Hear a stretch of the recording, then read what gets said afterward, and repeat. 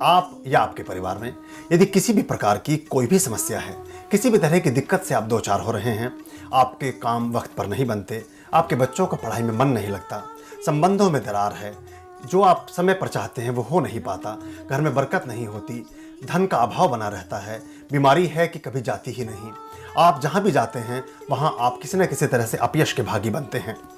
बहुत तरह की चीज़ें होती हैं, बहुत तरह की समस्याएं होती हैं।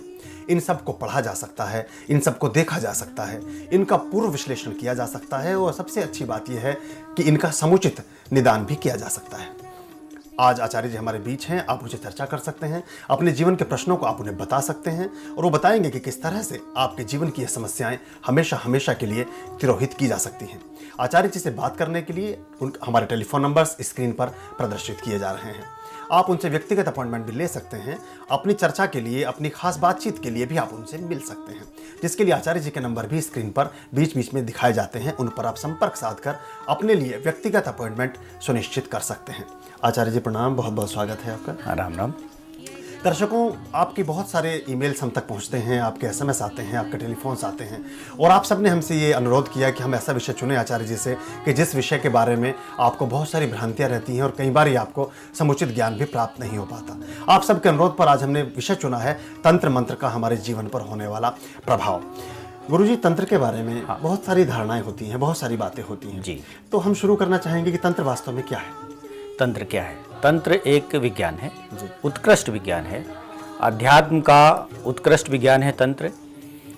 और तंत्र हमारे जीवन में प्रभावित होता है, वो अलग बात है कि निगेटिव प्रभावित हो रहा है या पॉजिटिव प्रभावित हो रहा है।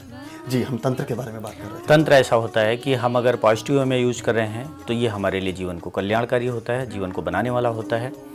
अगर ये निगेटिव वे में हो रहा है, किसी ने किसी के खिलाफ तंत्र किया हुआ है, जादू टोना किया हुआ है, तो जादू टोना तंत्र ये एक क्रिया है, लेकिन वास्तव में जिस व्यक्ति के खिलाफ किया गया उसके पास एक एनर्जी जाती है, उसको एंटिटीज बोलते हैं, निगेटिव एंटिटीज, नकारात्मक भावनाओं के घुसपैठिए। ये एनर्जी जबरदस्ती आपकी एनर्जी के अंदर घुसपैठ कर लेती है और आपकी एनर्जी को डिसबैलेंस कर देती है। उससे आपके काम रुकने लग जाते हैं, उससे व्यक्ति बीमार रहने लग जाते हैं, कई बार लोगों के चक्र टूट जाते हैं, लोगों को गुस्सा आने लग जाता है, बिना मतलब में चिड़चिड़ापन आने लग जाता है। जीवन में जितनी भी दुश्वारियाँ हो सकती हैं सबसे भुगतना पड़ता, सबसे गुजरना पड़ता, लेकिन बहुत ध्यान रखने की बात है 99.9% मामलों में किसी के खिलाफ तंत्र नहीं किया गया होता है। खुद लोग अपने आप तंत्र की एनर्जी क्रिएट कर लेते हैं। अगर आपका पूजा पाठ आप करते हैं वो बिगड़ गया है, एनर्जी डिसबैलेंस हो जाएगी, बिल्कुल लक्षण वही देगी। जब आप किसी तांत्रिक के पास जाएंगे वो कहेगा आपके खिलाफ तंत्र कर दिया गया है, वास्तव में तंत्र नहीं किया गया है, वो ठीक नहीं कर पाएगा। क्यों? क्योंकि आपके खिलाफ तो कुछ किया ही नहीं गया है, आपने खुद अपनी एनर्जी को खराब कर लिया है, इसलिए वो ठीक नहीं कर पाएगा। आप अपनी एनर्जी को ठीक करेंगे, आप अपने आप ठीक हो जाएंगे। इसलिए अपनी एनर्जी की क्लींजिंग करें, सावधान रहें, बार बार ना सोचें कि हमारे खिलाफ कुछ कर दिया गया, हमारे खिलाफ कुछ कर दिया गया। जैसे ही आप इसको सोचना शुरू करते हैं, आप दिन भर में 10 लोगों से मिलते हैं, उनमें से अगर किसी के खिलाफ कुछ किया हुआ है उसकी एनर्जी आप पे आ जाएगी, क्योंकि आप उसको निमंत्रण दे रहे हैं, अपना दरवाज़ा खोल के रखे हुए हैं और आपका जीवन परेशान होने लग जाएगा। अपने आचार्य जी आपने एक उल्लेख किया अभी कि हम कई बार पूजा पाठ गलत तरीके से करते हैं, गलत पूजा पाठ करते हैं, तो वो हमें कैसे पता चले कि पूजा पाठ कैसे ठीक होता है? देखिए, बहुत अच्छा है, बार बार कहा गया है हमारे शास्त्रों में। शास्त्र मतलब एक वैज्ञानिक ग्रंथ, जी, ठीक है ना, ये केवल एक भाषा विशेष की चीज़ नहीं है, ये वैज्ञानिक ग्रंथ हैं। हमारे वेद जो हैं, ऋचाएँ हैं, पुराण हैं, ये विज्ञान है, इनमें सूत्र लिखे हुए हैं, मतलब फार्मूले लिखे हुए हैं इसमें। और यहाँ बार बार कहा गया है कि आप बिना गुरु के कोई भी अनुष्ठान ना करें। गुरु का मतलब मार्गदर्शक, गुरु का मतलब वो नहीं जिसके आप पैर पकड़ के बैठे रहें, जीवन भर आप उसके पीछे पीछे भागते रहें, आपका परिवार भागता रहे, आप काम धाम छोड़ के उसके पीछे लग जाए। लगे तो आपकी मर्जी, अगर आपको मस्ती आती है उस काम में तो आप लगें, वो अलग मुद्दा हो गया।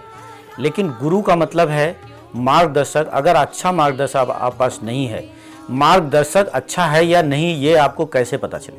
जी, बड़ा सवाल है। बिल्कुल। जो व्यक्ति आपको बता रहा है फला पूजा कर लीजिए या फला मंत्र का जाप कर लीजिए, आप उसकी हैसियत देखिए आपसे ज़्यादा है या कम है। आप देखिए उसकी हैसियत अगर आपसे ज़्यादा है, आर्थिक रूप से, सामाजिक रूप से और मानसिक रूप से, तो आप उसकी बात मानिए, वरना आप उसकी बात ठुकरा दीजिए। आपके काबिल नहीं है, उसकी बात आपको नहीं माननी है। ऐसा व्यक्ति एक तलाशिए। जब तक ऐसा व्यक्ति ना मिल जाए जो आपको सही मार्गदर्शन दे सके, तब तक आप किसी भी कीमत पे किसी भी अनुष्ठान या पूजा को उठाइए मत, शुरू मत करिए उसको।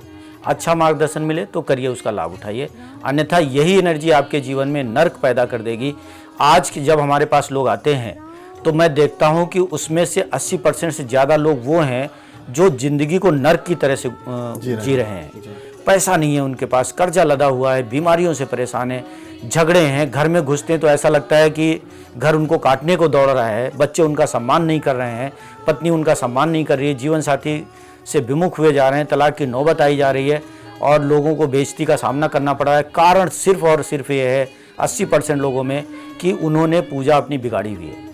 पूजा करने का मतलब है जब भी कोई साधना आराधना या पूजा पाठ आप करते हैं, आप ब्रह्मांड से कॉस्मिक एनर्जी को लेते हैं। उसमें किसी देवी देवता को खुश करने की कोई बात नहीं। देवी देवता को खुश करने की हैसियत हमारी आपकी है नहीं, जिससे हम मांग रहे हैं हमको ये दे दो और उसको हम कुछ दे के कैसे खुश कर सकते हैं, ठीक है ना। सिर्फ ये इलाज का तरीका, पूजा पाठ भी इलाज का तरीका है, एनर्जी को ठीक करने का ये तरीका है। इसको अगर आप अच्छे से नहीं करेंगे तो ये विनाश का कारण बनती है। आप ऐसे समझ लीजिए घर में गैस पे खाना बनाने जा रहे हैं, अगर आप गैस को यूज़ करनी नहीं आती और आपका घर भी जला सकती है। इसी तरह से पूजा पाठ भी संतुलित होनी चाहिए, मार्गदर्शन में होनी चाहिए, अन्यथा आप कुछ मत करिए। आप सिर्फ जाइए शिवलिंग पे जल चढ़ा दीजिए और राम राम सुनाइए भगवान शिव को, सबसे बड़ी पूजा आपकी हो गई, आपका जीवन संवरने लग जाएगा।